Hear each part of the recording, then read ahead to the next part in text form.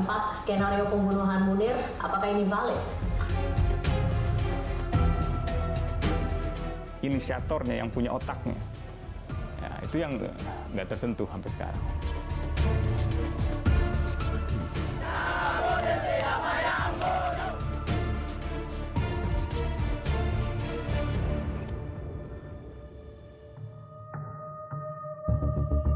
(7 September 2004) atau 17 tahun lalu, Indonesia kehilangan seorang tokoh pejuang hak asasi manusia, Munir Said Thalib, yang meninggal di atas langit Rumania pada pesawat yang ia tumpangi menuju ke Belanda. Badan Forensik Belanda menemukan kandungan arsenik dalam tubuh Munir sebagai penyebab kematiannya. Tim pencari fakta yang dibentuk Presiden Susilo Bambang Yudhoyono pada tahun 2004 berhasil mengungkap sejumlah pihak yang diduga kuat sebagai komplotan pembunuh Munir. Polikarpus Budihari Prianto. Meski sejumlah fakta mengarah pada dalang utama pembunuhan Munir, hingga hari ini peradilan masih belum mampu membawa pelaku ke meja hukum.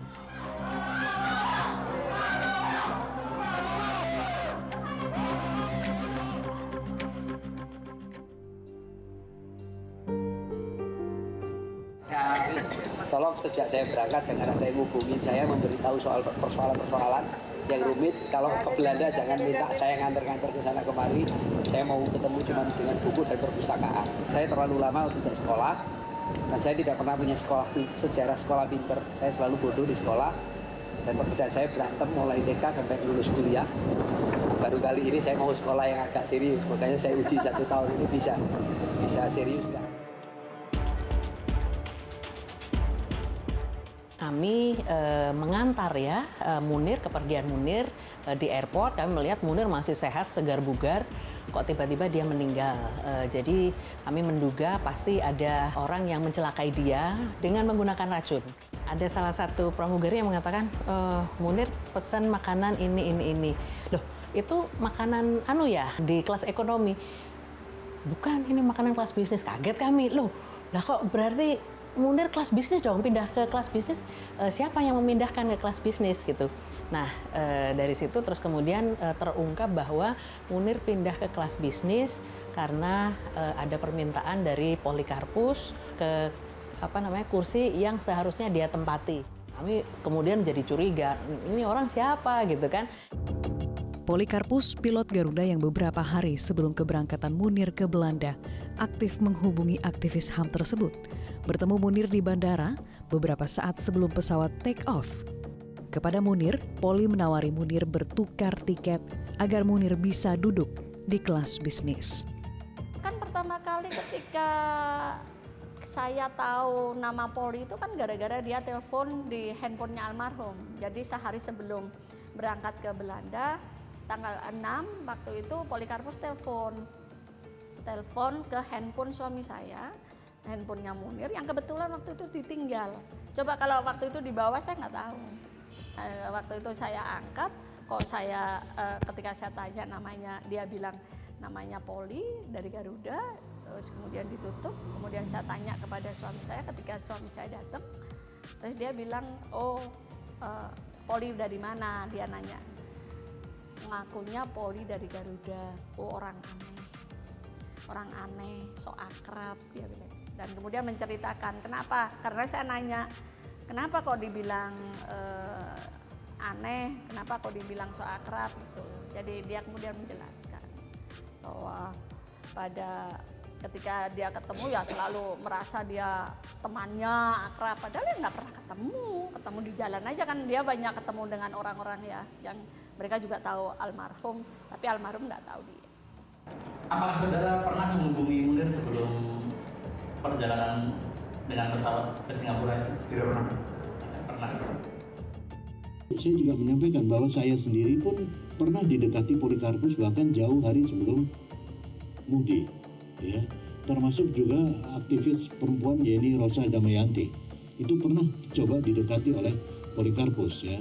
Dia pernah mendekati saya dan hebatnya adalah bahwa antara kami, saya, Yeni ataupun almarhum Munir, itu tidak pernah tahu bahwa Polikarpus mengenal kita satu persatu, ya, pernah berhubungan. Saya tahu bahwa setelah itu bahwa Polikarpus ini menghubungi Munir.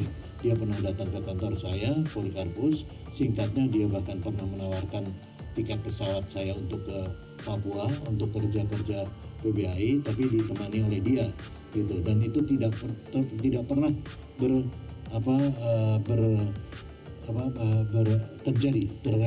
terrealisasi ya. Polikarpus yang ikut dalam penerbangan rute Jakarta-Singapura berpisah dengan Munir di Bandara Changi. Sementara Munir melanjutkan perjalanannya ke Belanda. Namun di pesawat, Munir mengalami gejala keracunan dan 2 jam sebelum mendarat di Amsterdam, Munir ditemukan meninggal dunia dengan posisi miring menghadap kursi. Mulut mengeluarkan air liur tanpa busa dan telapak tangan membiru. Berdasarkan hasil otopsi Nederland Forensic Institute, ditemukan kandungan arsen sebanyak 650 mg per liter di lambung, 3,1 mg per liter di darah, dan 4,8 di urin. Muncul 2 dugaan terkait di mana Munir menenggak racun yang menewaskannya. Dugaan pertama menyebut racun yang menewaskan Munir berasal dari makanan yang disediakan oleh maskapai Garuda Indonesia kepada Munir. Sementara dugaan kedua menyatakan bahwa arsen yang ada di tubuh Munir berasal dari minuman yang dikonsumsi Munir saat transit di Bandara Changi, Singapura bersama Polikarpus. Akhirnya kami simpulkan seluruh versi itu benar. Kenapa demikian? Karena kandungan racunnya yang ada di lambungnya sangat besar. Kalau nggak salah 0,460 miligram per liter. Gitu. Jadi tidak mungkin sekali racun itu diberikan. Gitu. Anda bayangkan kalau hanya memegang versi 1, misalnya versi diracun di Changi, di airport, gitu ya, di Coffee Bean, gitu ya. Bagaimana seandainya Munir itu menolak tawaran untuk dipindahkan ke kelas bisnis? Kalau ia menolak tawaran untuk berpindah ke kelas bisnis, maka ia akan tetap duduk di kelas ekonomi dengan nomor kursi sekitar 40 ke atas. Dan itu berarti ia akan harus antri ketika tiba di Singapura bersama dengan penumpang yang sudah terlebih dahulu duduk di baris-baris depan, dari mulai bisnis sampai nomor yang kecil di kelas ekonomi. Dan itu artinya setelah ia antri berjalan menuju imigrasi Singapura, sampai di bandara Singapura itu ia kemungkinan besar harus naik ke pesawat lagi, masuk imigrasi lagi. Karena waktu transitnya hanya sekitar 40-50 menit gitu. Jadi tidak mungkin ada kesempatan untuk misalnya untuk ngopi gitu. Tapi karena skenario itu berhasil, maka ada waktu yang tersedia untuk para pelaku mengkondisikannya agar dia bisa diajak minum kopi atau minum teh di Coffee Bean sehingga bisa dibunuh di sana gitu. Pengadilan menerima dua-duanya ya. Pertama versi inti konsumsinya di bandara, dan yang kedua setelah mendapatkan masukan dari berbagai pihak, kemudian lalu dianggap sebagai novum dan kemudian dibuka lagi untuk kemudian diperbaharui diperbaharui konstruksinya, bahwa yang bersangkutan itu kemudian melakukannya di bandara di pesawat. Permasalahannya adalah bahwa pada yang pertama, oke lah, memang make sense kalau kemudian Polikarpus yang menjadi pelakunya. Artinya memang karena memang ada kecurigaan lah, ya, ketika misalnya Polikarpus itu memperkenalkan diri, lalu kemudian bercengkerama, lalu mengundang almarhum Munir itu kemudian pindah bangku, lalu kemudian turun sama-sama, dan kemudian konon katanya menemui kembali di counter cafe itu, gitu ya. Nah, maka lalu menjadi bisa dimengerti lah kalau kemudian lalu pengadilan menghukum almarhum Polikarpus. Permasalahannya pada yang kedua, walaupun Polikarpus tidak berada di pesawat, ya, tapi toh dalam hal ini Polikarpus juga yang kemudian dianggap sebagai pelakunya. Ini menarik nih, gitu ya. Asumsinya kan begini, asumsinya bahwa upaya memasukkan arsen itu sudah dipersiapkan oleh Polikarpus sejak dari ground handling, gitu kan, sejak masih di catering, ya kan, masih di catering, di mana kemudian dimasukkan dalam makanan yang akan disajikan kepada almarhum Munir. Makanya kemudian lalu untuk supaya memuluskan rencana itu, maka ada petugas catering yang kemudian ditersangkakan, ada pramugari yang ditersangkakan. Ya, demikian juga dari segi manajernya, Direktur Utama Garuda juga ditersangkakan, gitu kan? Mengasumsikan bahwa ada satu situasi yang sebetulnya sudah dipersiapkan jauh-jauh dari darat gitu ya, yang kemudian lalu dikonsumsi oleh si almarhum Munir di udara. Munir. I don't. Well, who do you think? No comment. No comment. Did Garuda have something to do with his death? No comment. I have no comment. Ada banyak kejanggalan di dalam manajemen dari Garuda gitu ya. Pertama, bermula dari penugasan Polikarpus yang janggal. Penugasan seorang co-pilot di dalam sebuah penerbangan yang sifatnya off duty, dia bukan sedang menjadi captain in chief gitu atau chief in command gitu. Dia sedang ikut numpang saja gitu. Tapi perintah penugasannya itu langsung dari presiden direktur. Lompat berbagai jenjang itu, direktur operasional, surat yang dikeluarkan pada hari Sabtu gitu ya. Padahal sebelumnya sudah kami tanyakan apakah Anda buka hari Sabtu, apakah Anda bisa menerbitkan surat hari Sabtu, nggak bisa. Hari kerja Senin sampai Jumat. Lalu kami buktikan, nah ini ada surat ini gimana? Kan itu dikatakan oleh direksi Garuda, ya kami kan hanya manajemen Pak. Pemiliknya bukan kami, pemiliknya negara ini. Gitu. Jadi kalau kami diminta oleh negara ini atau Badan Intelijen Negara misalnya katanya, untuk melaksanakan ya kami hanya bisa menjalankan, kami manajemen Pak. Itu kata Direktur Utama Garuda.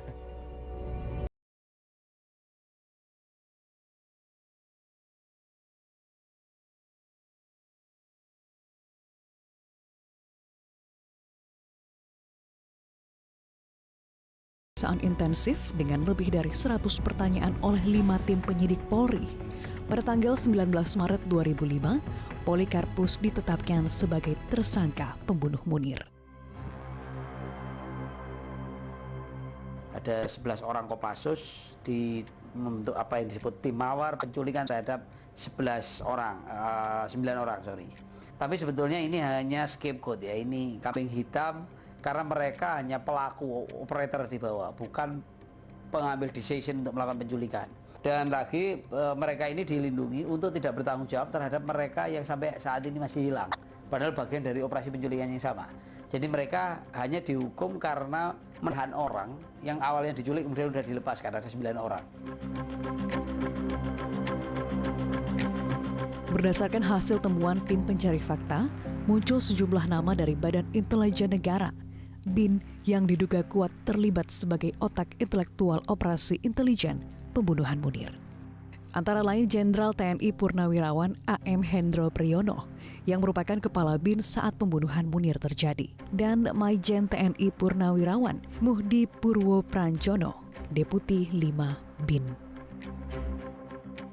Kita telusuri, oh ternyata ada hubungannya dengan kasus pelanggaran HAM yang tadi kita bicarakan. Misalnya, oh Muhdi ternyata dulu pernah menjadi bagian dari petinggi Kopassus yang dipindahkan atau yang dicopot dari jabatan strategisnya. Misalnya terakhir ia menggantikan Prabowo sebagai Komandan Jenderal Kopassus. Prabowo dicopot lalu dipindahkan menjadi kalau nggak salah Panglima Kostrat.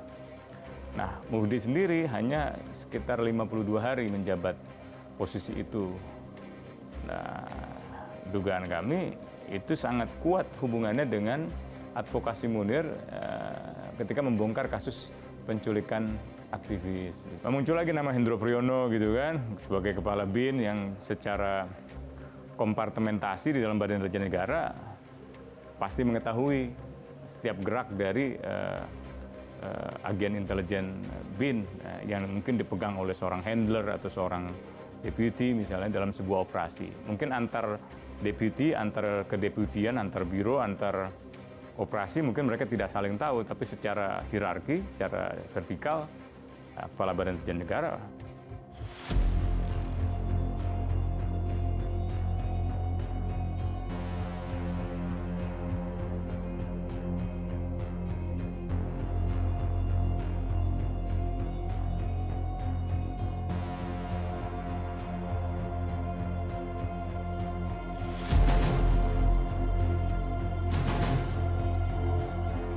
Kalau kita lihat bahwa peradilan tahun 84-85 itu adalah bagian dari sistematik kejahatan pada waktu itu. Dan ketika peradilan pada periode yang terakhir itu tidak menghadirkan kebenaran, tapi yang dihadirkan adalah justifikasi terhadap peristiwa masa lalu, sebenarnya tampak sekali bahwa peradilan yang kemarin berlangsung adalah bagian dari rangkaian kejahatan yang berlangsung secara terus-menerus. Jadi kami melihat peradilan yang kemarin yang membebaskan para tersangka adalah bagian dari instrumen kekuasaan kejahatan pada masa itu. Sebelum dibunuh di udara, Munir banyak terlibat dalam kerja-kerja advokasi, membongkar berbagai praktek pelanggaran hak asasi manusia di Indonesia. Berdasarkan hasil pemeriksaan saksi-saksi dan berbagai dokumen, tim pencari fakta atau TPF kasus Munir menemukan korelasi antara kasus-kasus yang sempat ditangani Munir terhadap upaya pembunuhan dirinya. TPF misalnya menemukan adanya perencanaan 4 skenario pembunuhan Munir yang dibuat oleh BIN, yakni melalui kecelakaan lalu lintas, meracuni Munir lewat makanan, penggunaan ilmu hitam, dan meracun Munir dalam perjalanan udara. Dan untuk mengetahui lebih jauh mengenai dokumen ini, di studio telah bergabung bersama kami anggota TPF Bung Hendardi. Bung Hendardi, selamat malam, selamat bergabung dalam Metro hari ini. Ada 4 skenario pembunuhan Munir, apakah ini valid? Ada beberapa skenario pembunuhan Munir, itu memang di dalam proses pembahasan di tim pencari fakta, namanya tim pencari fakta ya, tentu saja ada masukan-masukan yang masuk macam-macam. Ada dari mulai ada yang katakan skenario diracun, ada yang mengatakan akan dicelakakan secara lalu lintas, ada yang akan disantet.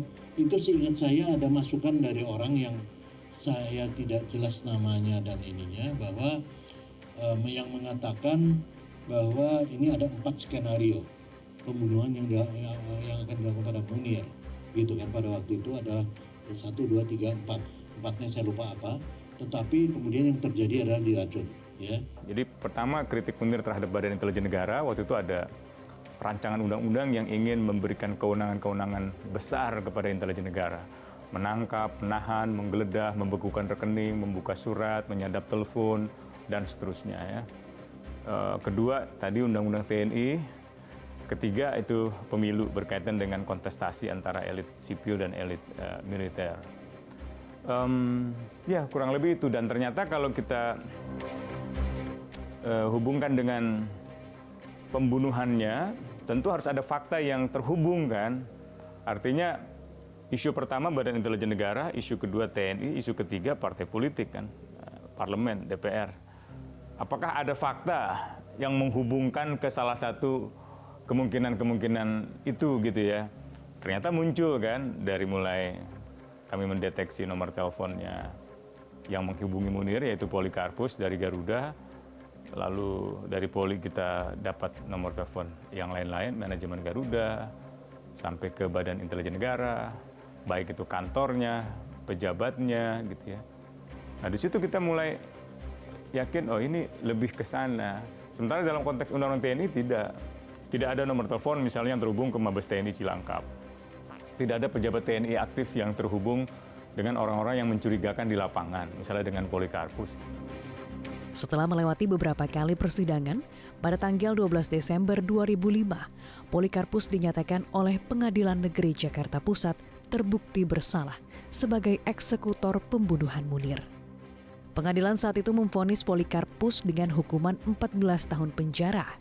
Namun setelah mendapat remisi, Polikarpus hanya menjalani hukuman selama 8 tahun.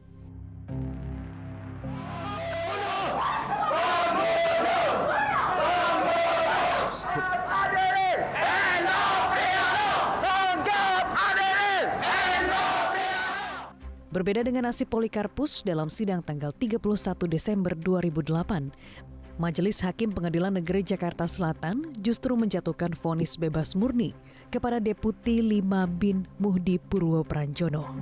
Padahal keterlibatan Muhdi dalam pembunuhan Munir telah terkonfirmasi atau terbukti lewat temuan TPF. Sementara itu, tak sama dengan Muhdi PR yang sempat harus duduk di kursi terdakwa. Terkait kasus Munir, Kepala BIN saat pembunuhan Munir terjadi, AM Hendro Priyono sama sekali tidak tersentuh hukum.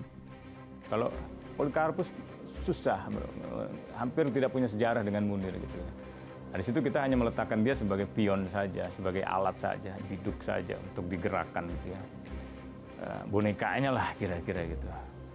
Demikian pula dalam kasus Hendro Priyono gitu ya, motif personalnya sangat mungkin, bukan hanya kasus pelanggaran HAM ini.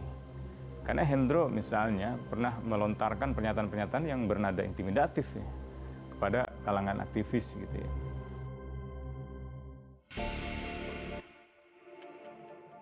Pasca kebebasannya pada tahun 2014, eksekutor pembunuhan Munir, Polikarpus kembali berkiprah di dunia penerbangan.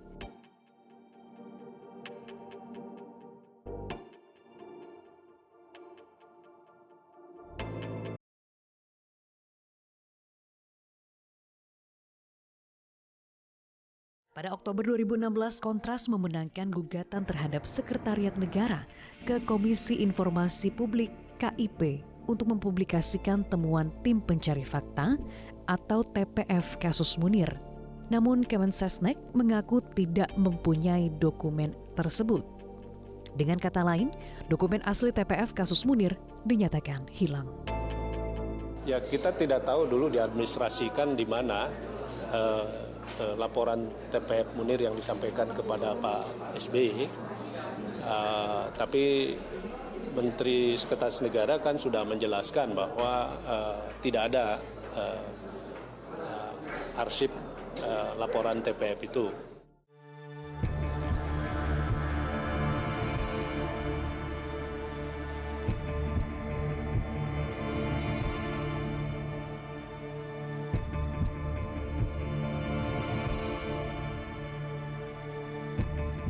Pembunuhan Munir yang diduga kuat melibatkan penyalahgunaan kekuasaan aparat negara menjadi catatan gelap dalam perjuangan penegakan hak asasi manusia di Indonesia.